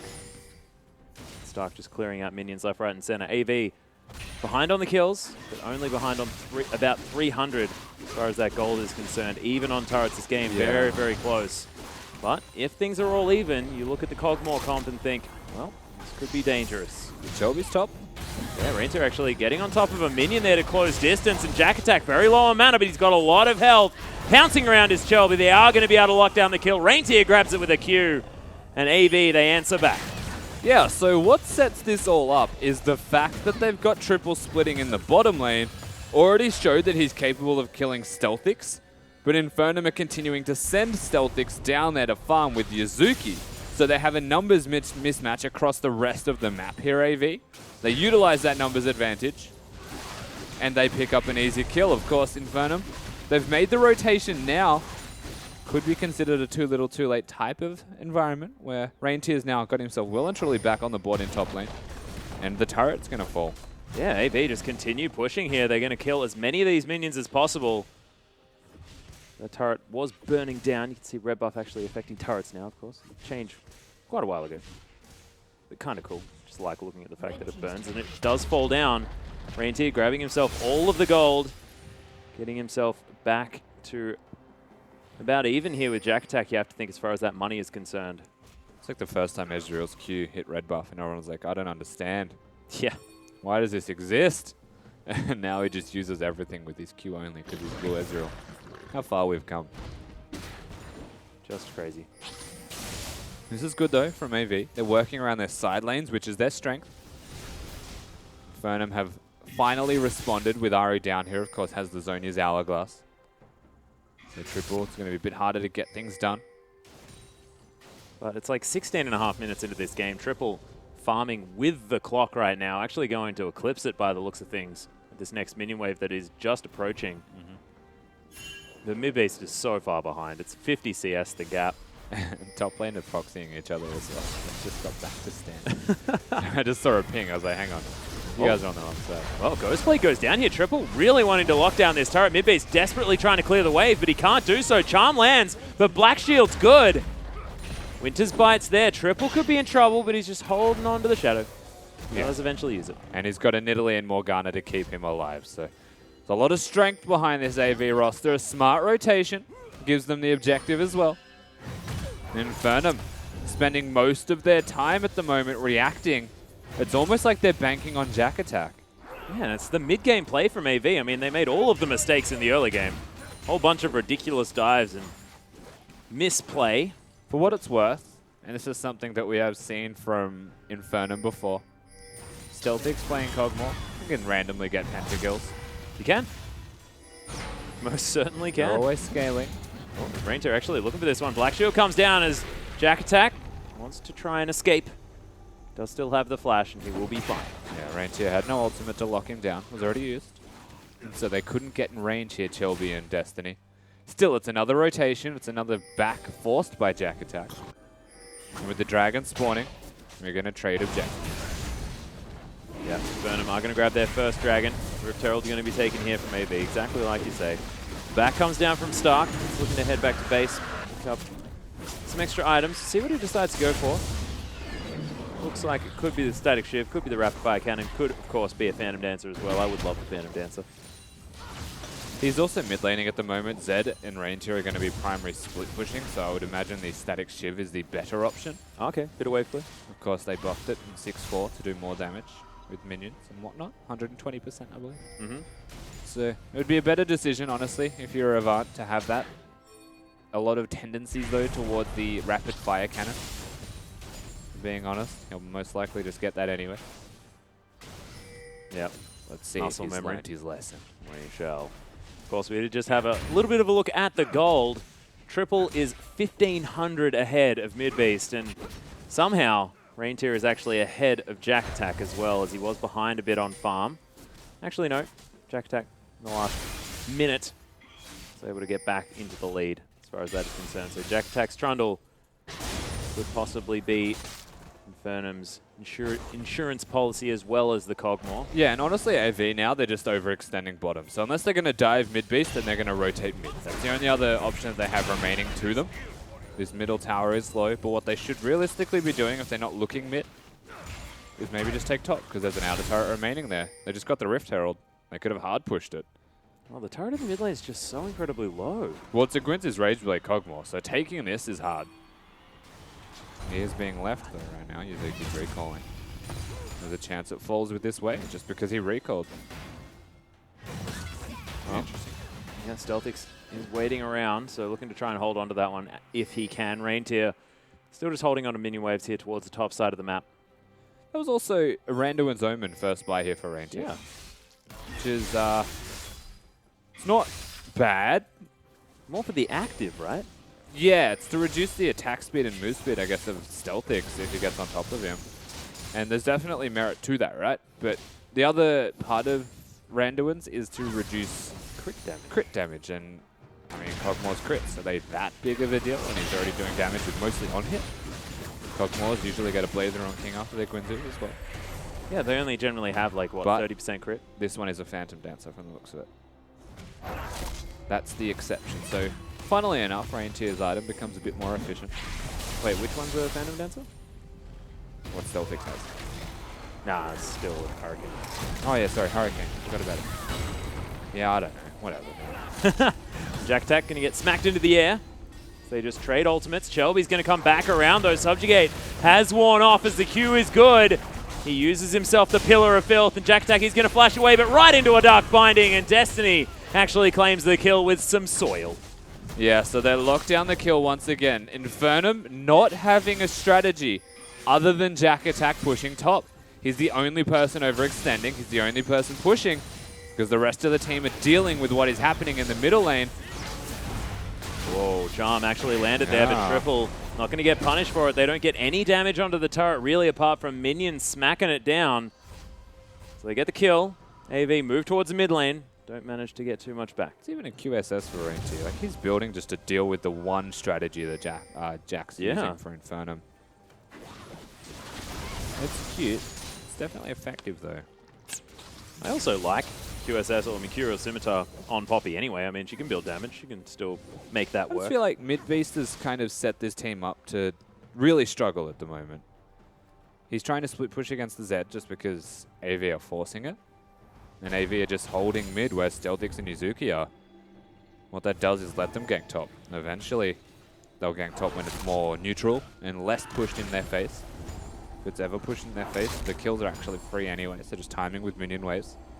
Yep. AV is just getting more and more gold onto this Poppy, who, if they can fight in mid-game, can maybe still take out the Kog'Maw before he becomes too strong. Of course, he has items everywhere now. Well, they'll need to try and figure out some way of diving on top of him. He doesn't have a QSS just yet, so Triple can still get in there and destroy him with that death mark. Oh, good job, Stark. Good static kill. Yeah, he's got I it. appreciate you. Nice work. Been watching a little bit too much LPL there. Oh, yeah. Players just picking up legacy items left, right, and center. I thought you said I'd been. I was like, nah, not me. I've never watched it. What even is it? Mid-base towards the top side now, answering Triple once again, like you're talking about. Does have this on his hourglass, it probably feels like he's it's equipped. not bad that he's dealing with it. It's actually the best strategy that INFERNUM have because they're winning this matchup. What a heavy-hitting matchup there. Yeah, they're just smacking on each other. Yeah, so Jack's ult actually got QSS'd as well. The Reindeer actually managing to sustain this. Oh, wow. Oh, Stealthix. Yeah, there's the death mark. Triple able to get that one down, but he is going to die. Triple making up for the fact that there is no QSS. The Kog'Maw is going to fall. And the turret is going to follow. Spears. This is permanent damage that Shelby's putting down to this team now with the lack of Soraka. Whoop. That one's not going to find it here as AV are going to start the siege. Stark doing a lot of work. He's dead. Oh, yeah, mid-base in trouble. It's Triple right in there, but nice use of the Zhonya's from mid-base to try and escape this one. Shelby is going to make sure that he's definitely going to die. The spear, oh, didn't quite connect. So Yuzuki is going to survive for now as Jack attack. He had to back. Has to get himself here to try and help his team. The Seb, quite low on mana, doesn't have the ultimate. Looking to close the distance on the AP carry. Yeah, AD carry. INFERNUM trying to bite back now. They have health and advantage, but they don't have the numbers, so they can't actually push too much further. It's more of a deterrent push to clear the minion wave. AV, they've been controlling the side waves. They make one big pick, where Triple gets the ult off and Pop goes Stealthix. Yep, so 2 kills onto that Kog'Maw before the QSS was picked up. Of course, as soon as he died, went back, grabbed that item. Going to be very, very important dealing with Triple. But the tunnel as well on this dragon could lose them the mid lane turret. Yeah. Oh, door comes in, not going to protect the minions though. Good of Stealthix, Stark rather, to stay. That was the important thing that I was going to say. They all wanted to recall, but they don't. AV showing a lot of awareness, showing a lot of improvement over the past week. Yeah, this team's looking a lot better. It's just decision making. And I swear, everyone's like, oh, like Cheese joining the roster. They already had a good mid laner, it's wrecked. But tell me AV doesn't feel happy, which is weird. Yeah. And it's like, this is the guy that was always going to be their mid laner. Yeah. So they've finally reached their power. Yeah, this was a team that always sort of played a little bit defeated. A lot of the time. But I'll now, go with deflated. yeah, deflated, maybe a better word. Not defeated as in like always going in with a mentality to lose or anything like that, but there wasn't as much joy.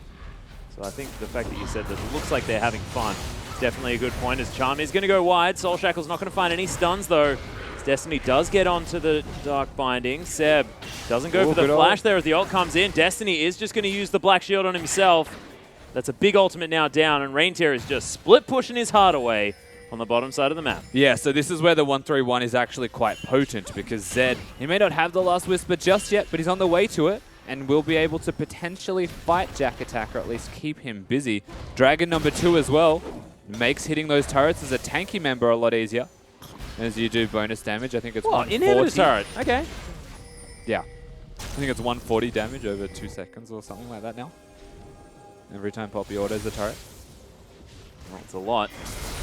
There's Triple heading all the way in here. Gets hit by the Charm. Turret is not going to hit him. Living Artillery comes down here as well from Stealthix to deter the Zed from continuing to push. But here's the siege out of AV. Dark Bindings flying through. Spears coming down as well. Here we go. Oh, goodness me. The battle of the ages here as Jack Attack navigating out of the way of Q's. Reindeer just QSS. auto-attack him. There's the QSS. Bit of health back gained from Jack Attack, though, as of course there's not a lot telling you that the subjugate does go down. So maybe a little bit late. Gets a whole bunch of health back as Jack Attack, and he's got a lot of fighting power as this Trundle. Action packed. Top lane is hitting each other. Smack, Okay. smack, smack, smack. I'ma club you. I'ma hammer you.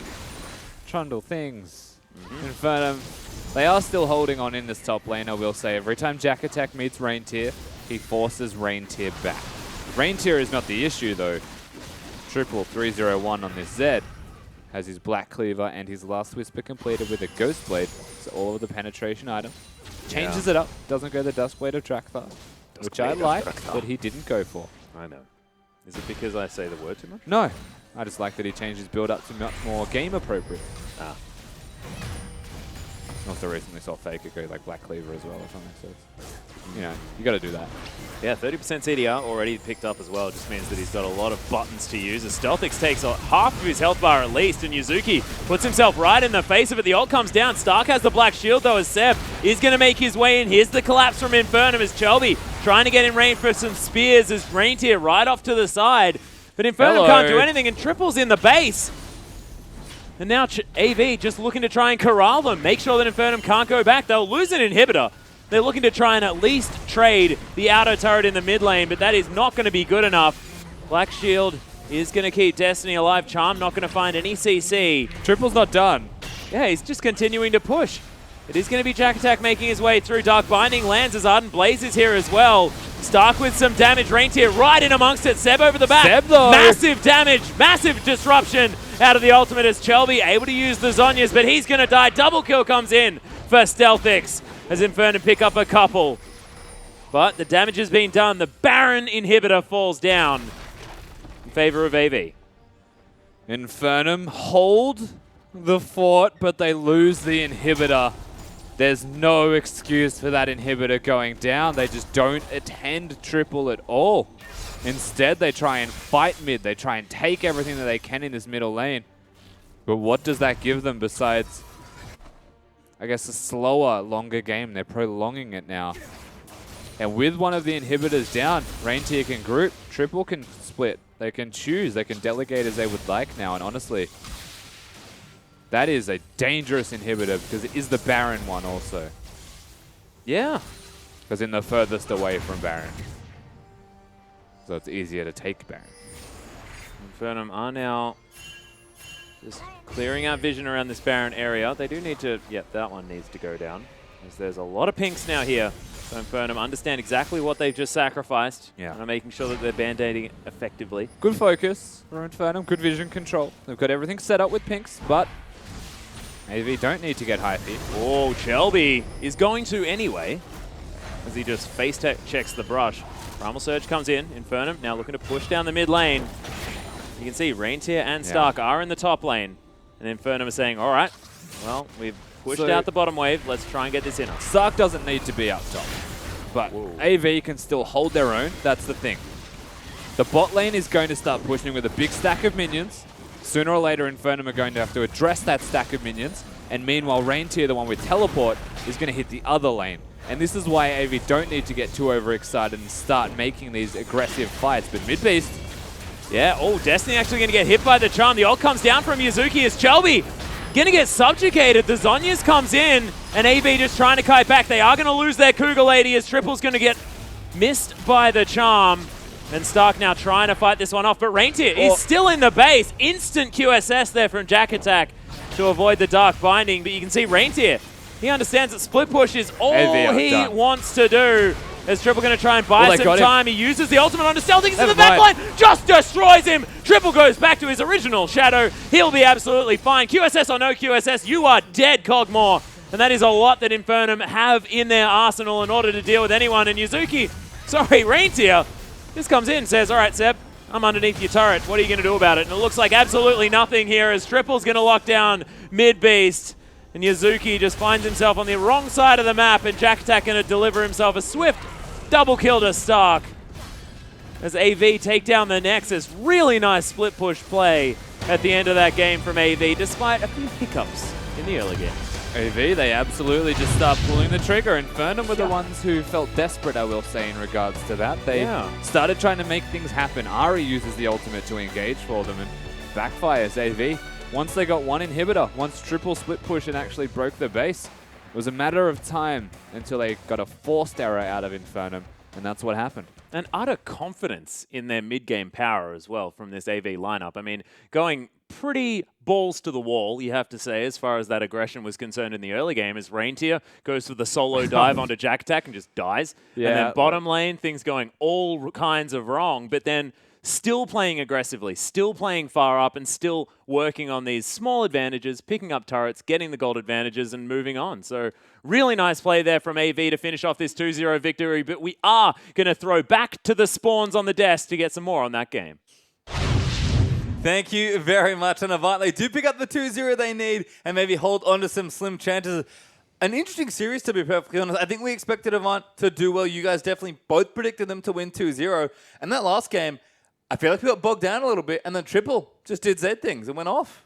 Yeah, this is the big thing. Alex Each once said that if, what did he say? Kog'Maw cannot be in a meta if Zed exists. And yes, there is much more disengaged than there ever has been before. Think about the reworked Poppy, who was also in this game, but she was taken away from the Kog'Maw comp. And it held true still. If Zed's ever ahead, hyper carries, there's no answer. QSS is still very affordable. It comes much earlier in the build, but you saw that it didn't even matter there. Just the damage was so upfront, right on top of him, couldn't do anything. I completely agree, and that whole game, the start of the game, the stars just completely aligned for INFERNUM. You know, they got dive top lane, a huge mistake from Avant, picked up a kill.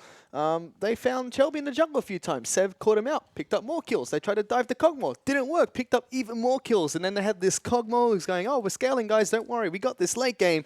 Then you take a look at mid lane, where there's this Zed that has 5 kills, over 100 CS over your Ari, who's just annihilating 80 carry. You've got a split pushing Poppy. Just all started to fall apart. Yeah, definitely felt like Triple was the big issue there, and he had a great lane and transition nicely there as well. But let's actually go back and talk about Avant's early game and maybe some of their mid game as well, because that was a much sloppier game, I will say, from Avant. It was sloppy all the way through, Yeah. in all honesty. Like, even when things were picking up for them, again, your Zed is so far ahead. Anytime Zed is in a composition, it opens up a 1-3-1, the split push there. And INFERNUM did a terrible job matching up who was going to be split pushing across from Zed. I think they sent Mid-Beast many times down there, but it should have been the tank, Jack Attack. But like, again, diving the mid lane, I think that's what finally broke the mid-tier tower, which was, and I was like, no, just get in the side lane. Just use the split push from the Zed. They can't stop you. You're a god. And he's like, nope, I'm just going to dive mid lane. And it worked well for them. The cask completely fumbled. He did pick up the kill, but so unnecessary. That's like a 50-50. If that goes wrong, you're right next to the Baron. The game can completely swing. It's just so much easier. Take the clear advantage that you have, put it into a side lane. Avant, get in a side lane. I agree that entire game was just completely sloppy, and I sympathize with Rusty as well in that final team fight. He was like, oh, look, INFERNUM, they've got this. They're going to... Oh, no, Zed, he's going to kill the Kog'Maw.